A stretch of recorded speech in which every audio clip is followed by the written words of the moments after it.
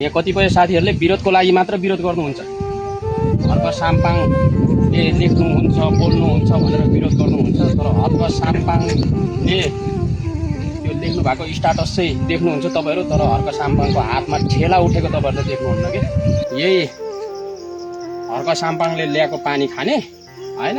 कतिपय धरानकोहरू म देख्छु यहाँनिर चाहिँ महिनौँ श्रमदान गरेर ल्याएको पानी चाहिँ खाने अनि फेरि त्यही हर्क साम्पाङलाई गाली गर्ने। पानीको पनि पाप लाग्छ होला हौ यस्तो मान्छेहरूलाई। आज चाहिँ हामी श्रम संस्कृति पार्क धरान घुम्न आएको छौँ। हाम्रो श्रम संस्कृति पार्टीका केन्द्रीय अध्यक्ष हर्क साम्पाङले आफ्नै पौरखमा अनि सबै यहाँ श्रमदाताहरूको सहयोगमा होइन आफ्नै खर्चले सबै श्रमिकहरूबाट चाहिँ पैसा उठाएर, यो राज्यको पैसाले पनि होइन है। यहाँ त अब भाषण ठुल्ठुलो गर्ने काम नगर्नेहरू धेरै देखेको छौँ हामीले। तर यहाँ चाहिँ कामै गरेर देखाउनु भएको छ क्या उहाँले, बोल्ने मात्र होइन। अनि कतिपय यस्तो यो सर्पको आकृति बनाएको रहेछ ढुङ्गालाई खोपेर है।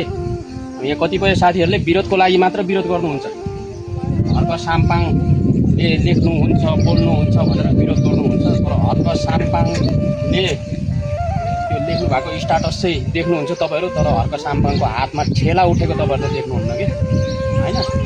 ठेला उठाएर चाहिँ हेर्नुहोस् यो पार्क निर्माण गरेको कसैले सक्छ त यो सक्दैन, गाह्रो छ। पार्क प्रवेश गर्नको लागि चाहिँ मात्र 35 रुपियाँ रहेछ। कति सस्तो छ होइन। अब यो 35 रुपियाँ चाहिँ अब यहाँ संरक्षणको लागि चाहिँ खर्च हुन्छ होइन। व्यवस्थापनको लागि कर्मचारी राख्नु पऱ्यो होइन, सरसफाइ गर्नु पऱ्यो, यतिको लागि चाहिँ यो खर्च हुन्छ। कति सस्तो छ जम्मा 35 रुपियाँ। ढुङ्गा बोकिरहेको एउटा आकृति छ है। तपाईँले यहाँबाट फोटो खिचाउन सक्नुहुन्छ श्रमदाता लगायत सम्पूर्ण नेपाली जनताले है।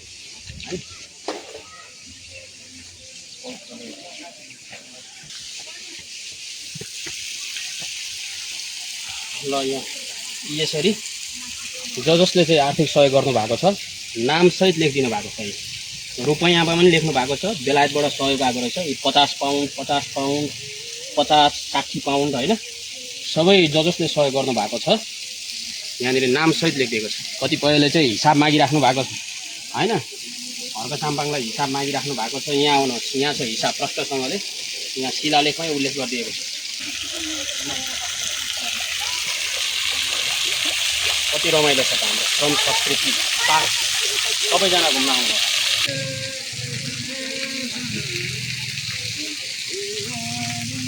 हेर्नुहोस् यहाँ कति राम्रो पुल निर्माण गरिएको छ।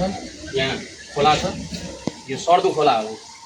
पानी चाहिँ अहिले अलिक सुकिरहेको छ, पानी छैन होइन। तर अब यो बर्खायाममा अब पानी पर्ने सिजनमा त यहाँ त खोला त ठुलो हुन्छ।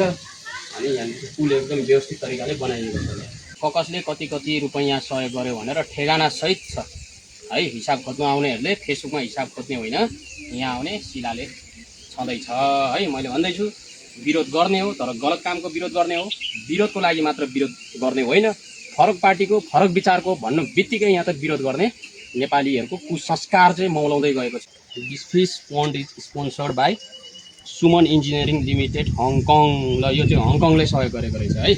ल हेर्नुहोस् त माछा, ओहो कति राम्रो छ त रङ्गी बिरङ्गी माछाहरू। ल साथीहरूले विरोध मात्र गर्ने होइन, यहाँ माछा पनि हेर्नु आउनु होला। के गर्नुभएछ त हर्क साम्पाङले होइन। स्टाटस मात्र लेख्दो रहेछ कि काम पनि गर्दो रहेछ। ल हेर्नुहोस् त कसैले गलत गर्छ भने गलत कामको विरोध गर्ने तर फरक विचार फरक पार्टी बोक्यो भन्दैमा विरोधको लागि विरोध नगर्ने। कसैको राम्रो काम पनि हेर्नुपर्छ। राम्रो काम ल हेर्नुहोस् त राम्रोलाई राम्रो भन्नुपर्छ नि। चाहे त्यो जोसुकैले गरोस्, हर्क साम्पाङले गरोस् कि कुलमान घिसिङले गरोस् कि होइन, ल बालेनले गरोस् कि राम्रोलाई राम्रो भन्ने तर नराम्रोलाई चाहिँ नराम्रै भन्ने। फेरि अन्धभक्त भएर हिँड्ने होइन। मैले यो प्रत्यक्ष उदाहरण देखाएको छु। ल फिल्डमै गएर देखाइदिएको छु। मैले फेरि पनि भन्छु हर्क साम्पाङले स्टाटस मात्र लेख्छ कि काम पनि गर्छ। ल हेर्नुहोस् यो त काम गरेको हो नि त, राज्यको पैसा होइन नि त। यो त राज्यको पैसा होइन, उहाँले दुःख गरेर उठाउनु भएको पैसाले यति गर्नुभएको। कतिपयले क्युआर भन्छ, ठिक छ त, इच्छुक हेर्दै सहयोग गर्ने हो नि त क्युआरबाट। तर त्यो क्युआरबाट सङ्कलन गरेको पैसा चाहिँ केमा सदुपयोग वा दुरुपयोग गर्यो भन्ने चाहिँ हुन्छ कि ल हेर्नुहोस् यही हो क्युआर है। क्युआरबाट सङ्कलित पैसाले निर्माण गरिएको श्रम संस्कृति पार्क भन्ने पछाडि त्यो पैसा त दुरुपयोग भएको रहेन। यहाँ त विरोधको लागि मात्र विरोध गर्ने धेरै देख्छु मैले। ल हेर्नुहोस् त, बरु एकपटक तपाईँहरू सबैजना हाम्रो यो धरानको श्रम संस्कृति पार्क घुम्न आउनु होला। मात्र रु 35 रुपियाँ। बरु 35 रुपियाँ पनि तिर्ने पैसा छैन भन्नुहुन्छ भने भन्नुहोस्, लाखो तामाङले टिकट काटिदिन्छ है। तर अवश्य तपाईँहरू यो श्रम संस्कृति पार्क चाहिँ घुम्न आउनु होला। ल हेर्नुहोस्, प्लान्टहरू रोपिएको छ, स्टेट प्लान्ट धुपी छ, फुलहरू फुलिरहेको। यो त केही काम नलाग्ने बगर पो त हो, ढुङ्गा घारी यो होइन। यो सर्दो खोलाको बगर, यो केही नै काम थिएन।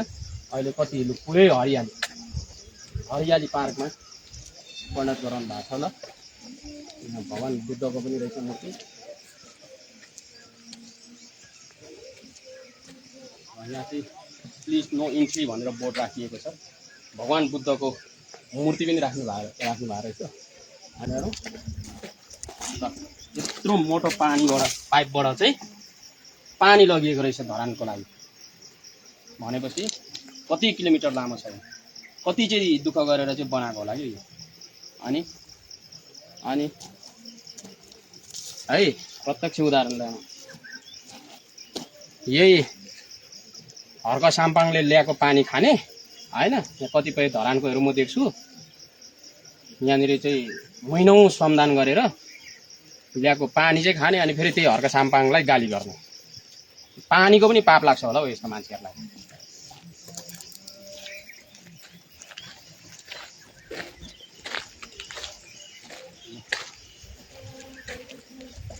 एसटीएस रक गार्डन यहाँ पनि कुकुरले कति शिलालेख सहित छ क्या, एक रुपियाँको हिसाब पारदर्शी सहित शिलालेखमा उल्लेख गरिएको छ। ल चौतारा